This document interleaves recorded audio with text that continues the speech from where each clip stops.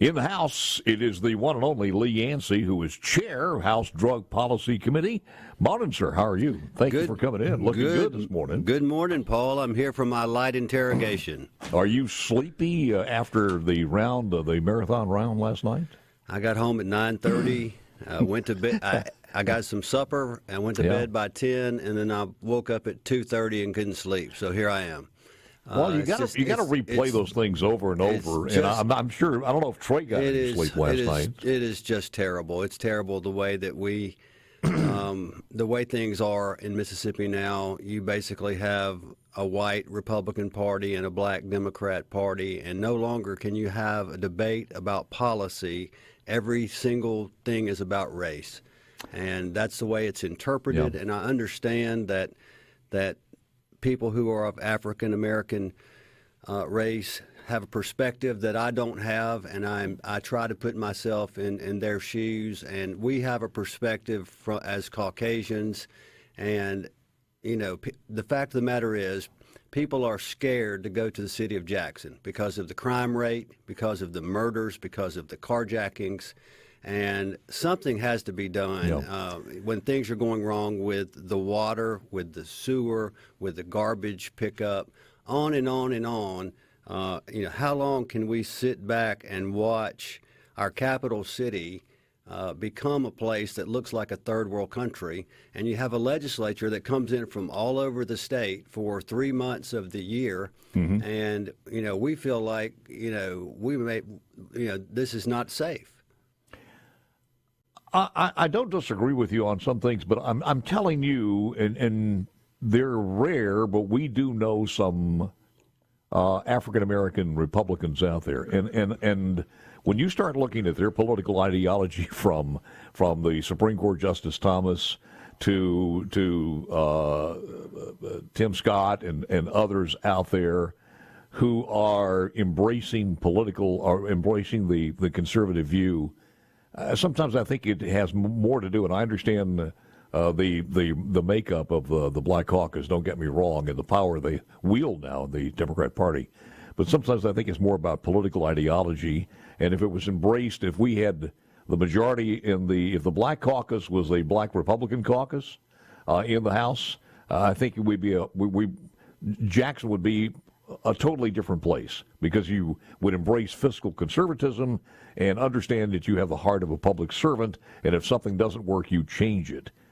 But it was a little bit frustrating, not along racial lines, but along political lines, to see that what else could you guys do, whether white or black, it really doesn't matter. What else could you do to try to solve the situation of high crime, of water crisis in the city of Jackson?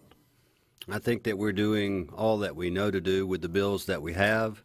And we're concerned about everyone who lives in Jackson, no matter what color they are. We want everyone to have running water and toilets that flush and a safe place to live and good schools to go to. And so, we are continuing to try to find solutions. So just to put an end to this one, because I want to move over to the medical marijuana thing, the bill passed in the House, and it goes over to the Senate now, and basically that would create some new court districts within the confines of the Capital District. That's correct. 2 inferior court districts with judges appointed by the Supreme Court Chief Justice, and then there would be 4 prosecutors that were part of that, and they would try cases. That juries would be made up of people from Hinds County. So it would hopefully help with the backlog that we have. Specifically to address some of the people who are committing these crimes. My God, you got a 6-year-old trying to go to bed and sleep, get up to go to school in the morning, all of a sudden there are bullet holes that come through the bedroom window. And people in Jackson are asking for some type of help above and beyond even the water situation, which is now sporadic one way or the other. We get another freeze, it'll happen again. But we'll see what the Senate does with that one. I did not understand, and I think it was your bill and the language that you put on as far as the medical marijuana. I'm trying to figure this thing out, why Lee Yancey would not want me as an individual taxpayer, me as a member of the media, to know a violation that somebody in the medical industry has committed no matter how egregious, no matter how redundant it is, that they get away with it and we're blocked and barred from a freedom of press. Paul, I love you looking over my shoulder, and I welcome it. You know, what we're trying to do... You've had time to rehearse this, so I hope it's good. Yeah, well, what we're trying to do is give the Department of Health the same process for conducting investigations as the Department of Revenue has with the alcohol beverage control and any other law enforcement agency, where you're allowed to conduct an investigation without making your investigation public until there's a final disposition. But and then that's not what the bill basically said, was it? Not until they were. Here's what it says. It says to provide that any investigation, fine, suspension, or revocation by a licensing agency shall be confidential and exempt from disclosure under the Mississippi Public Records Act. That's what the bill says. I didn't hear the word until in there. And so, well, it has been, and if we need to add that the final disposition will be made available, I'm happy to put that in well, conference. If you don't, it won't, will Well, it? it has been so far. They have revealed all their final dispositions. This is a law. Why wouldn't you put that in there? In other words, let's take the health department real quickly. Let's take the health department on somebody who egregiously food poisoned somebody in a restaurant. Well, you're going to conduct the investigation, then you're going to issue the violation. There's no appeal process, and even if there is an appeal process, then they were warranted to do so, then the public should know about that. Well, first of all, this came to us as a request from the Department of Health. And so we met with the Department of Health, Department of Revenue, Department of Public Safety, all together, Senator Blackwell and I, and listened to all their concerns. Yeah. And we tried to add all of the things that they wanted in the bill. And that was one of the things that the Department of Health asked for, to be treated the same way as the Department of Revenue and to have more enforcement powers as far as seizure, forfeiture, to be able to destroy things that have been seized if they were used in some type of unlawful way. And so we put all that in the language to try and help them with their regulation and enforcement. If a company out there that's selling in a bricks and mortar medical marijuana retail outlet is underperforming as far as what they should be in the gummy bears, and people are buying these things, paying an outrageous amount of money for them. They're doing it for medical purposes. The amount of THC or whatever it happens to be in there is not what it should be, and you guys have fined them, and they're being violated, and they're being issued a violation decree. And this has happened more than once, or even if it happens once, and the health department issues that, then the public should not know that that particular store, that particular company has a violation? First of all of our products are required. Wouldn't that be detrimental to the people of Mississippi to make sure that the standard stays up there? Paul, if that were the case, absolutely it would. But all of our products are required to be tested. We have testing facilities that are a separate part of this organization that cannot be part of any vertically aligned company. So it's an independent tester. And they test for potency among all of the things they test for. Yeah. And it can't even be sold until it passes testing. And the regulators are all over that, and that's happening right now. There are things, right, but that's just but Lee, that's only one aspect of violations. You can get violations for numerous things, like in a restaurant. It's the aspect that you brought up, Paul. I mean, I can address every hypothetical that you can think of, but that was the one I just addressed. Let's say violation of products on there that are not cleared, or whatever it happens to be, or maybe some employee violations or any other violations. So no violations that are issued can be released to the public. I mean, there's an issue going on right now where you want to talk at the next segment? I hear the music. Sure. It's a lot. All right. Well, you still haven't convinced me yet, to be honest with you, and I don't understand the problem with it. Number one, just like I hate to keep going back to the health department or a gasoline, a service station out there, convenience store that's not putting the right gasoline in a pump. Then the Department of Agriculture and Commerce offers a violation. We should know about that, one way or the other. I would love to keep talking about it. You'll get the chance in the next segment right after this.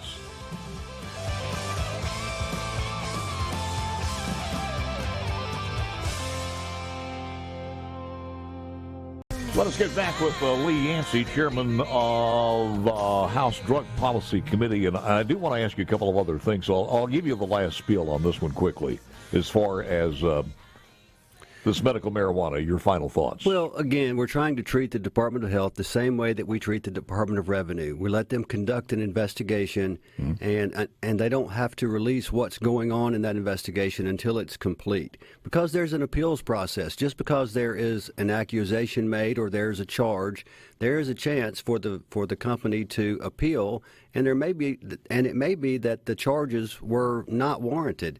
And so, people are guilty until proven innocent if you start putting those things in the press or on blog sites where you have anonymous commenters and you have investors and employees of different facilities who are sniping at each other, both trying to make the other look bad. Mr. Chairman, from the input that I got from the audience out there in reading the bill too, the original bill was that it could never, even after the final appeal, if there is, it can never be accessed, even through the Freedom of Information, from any of the violations. It would be blackballed or just hidden forever. If that's not the case, then we apologize and march on with your bill. We would love to air it out as an example of what not to do to everyone else. Yes. Now, let me get back to this. The fentanyl strips, testing strips, was one of your bill. It was HB 7. It died in committee.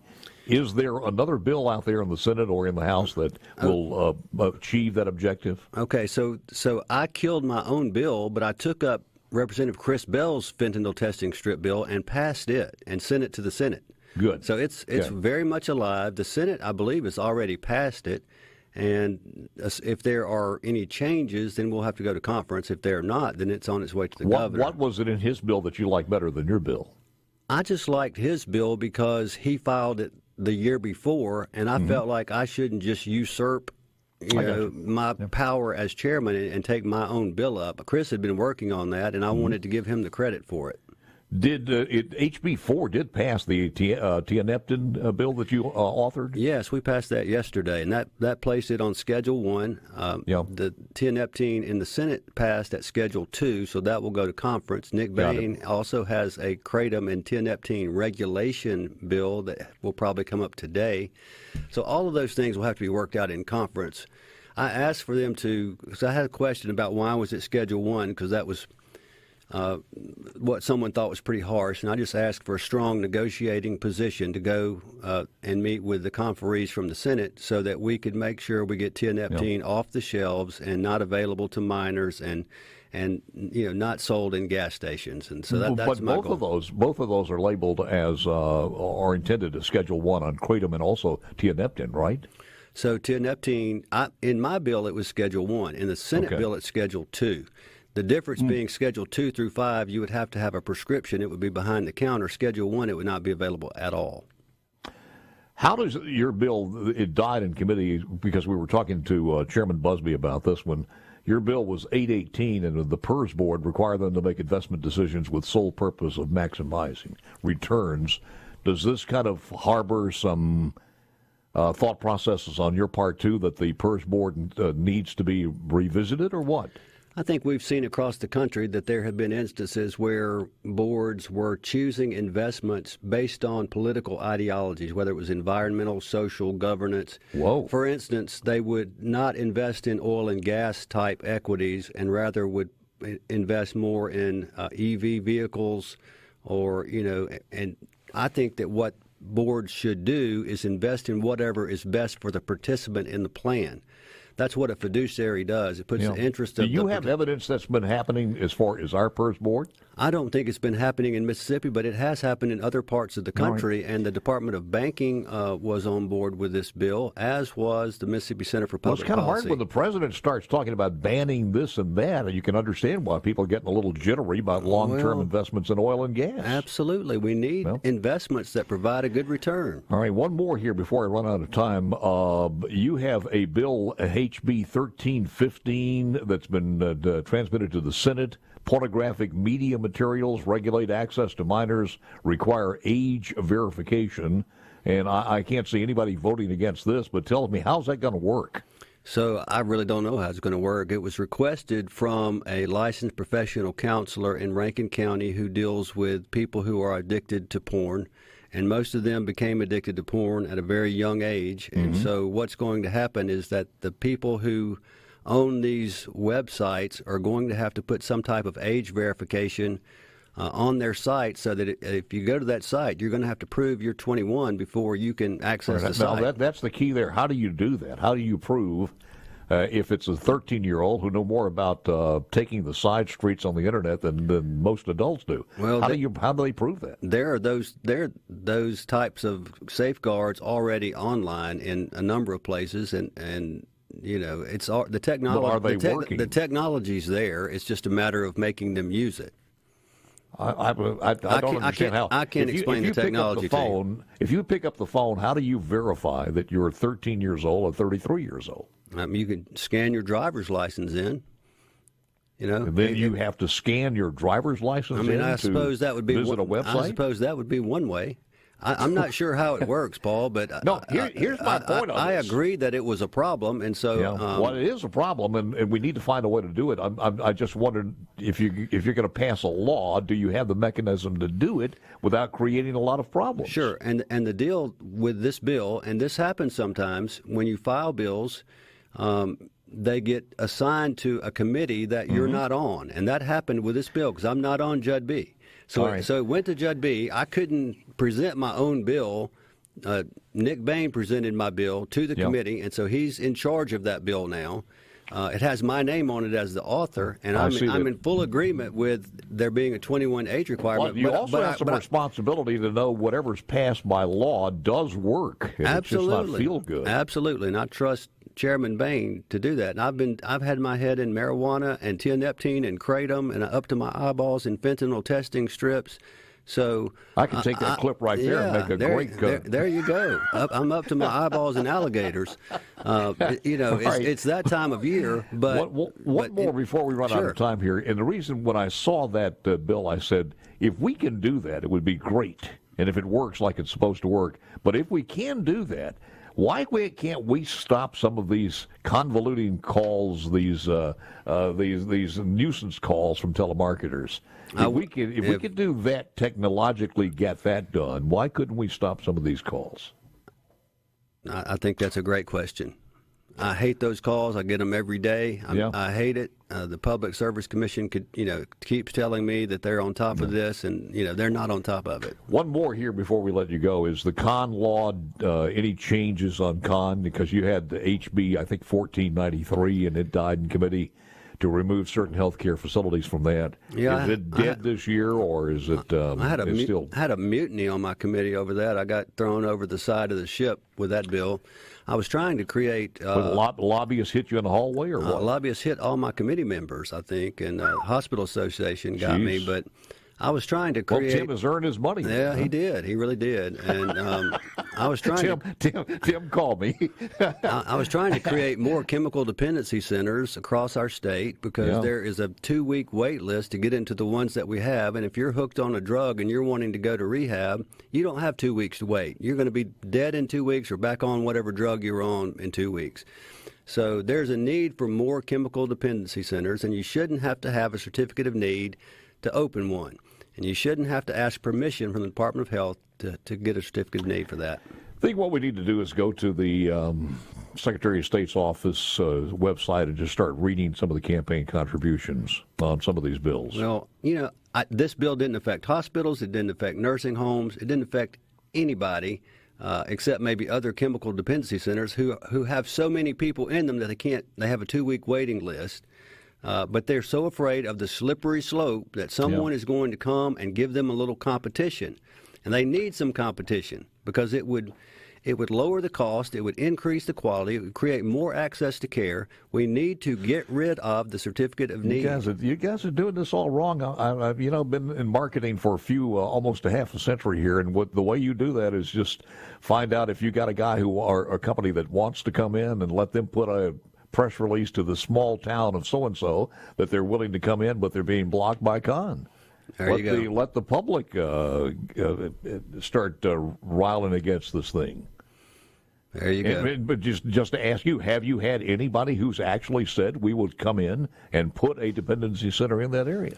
We have had people wanting to come into Flowood last year wanting to put a rehab center in, and we couldn't get them an exemption to the certificate of need because it would have competed with someone else. So, Yeah. I mean, there's lots of economic development that would happen, and there would be a lot more places people could get care if we would get rid of this process. Got to make some changes. Lee, thank you, man. I appreciate it. Kudos to you for coming in. You handle everything brilliantly. I feel so much better now. Paul, I do too. You're so awesome. Thank you, man. Appreciate it. Thank you.